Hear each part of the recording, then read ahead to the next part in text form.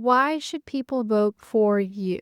I'm interested in democracy and I'm interested in electoral reform and I'm interested in rights for everyone, whoever they are. And our Indigenous stakeholders, I want to make sure that every voice is heard and that if I am elected to be your MP, I promise to never embarrass you during question period or in the House of Commons. And I will be available for you to tell me what you want to hear. And then I will go to the ministers in charge to find answers and let you know if, when, and how I'm doing it.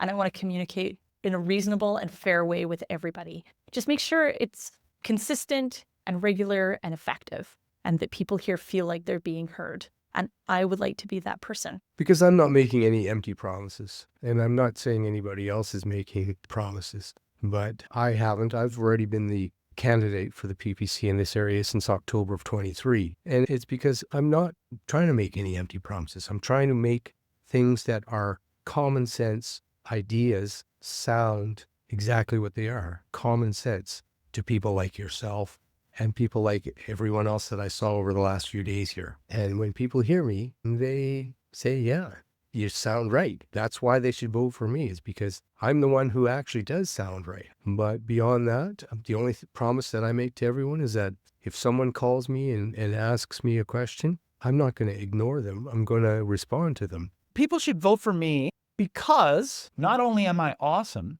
I'm an incredibly hard worker. And when I set my mind to something, I try to get it done. I was making a joke earlier about how our MP treats his service here like a submarine, where the election is called, he surfaces. He cruises on the surface so people can see, oh, we have a submarine over there. As soon as the election is over, he's back down under the water. You never see him around, or at least I don't. I think that your MP is someone that should be highly visible in the ridings, should be out at all kinds of meetings, should be listening to the people that live in the riding.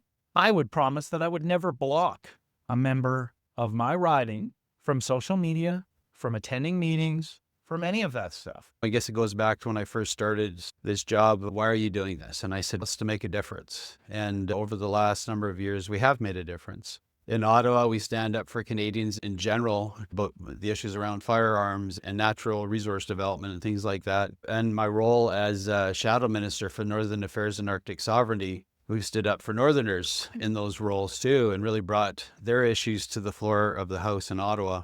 And then locally, it's the same thing. Every day our office helps people with, it's either passport issues or immigration issues, tax issues, or you name it. Our motto is to help people in our office, and we've done that a lot. And we just are asking the voters to give us another chance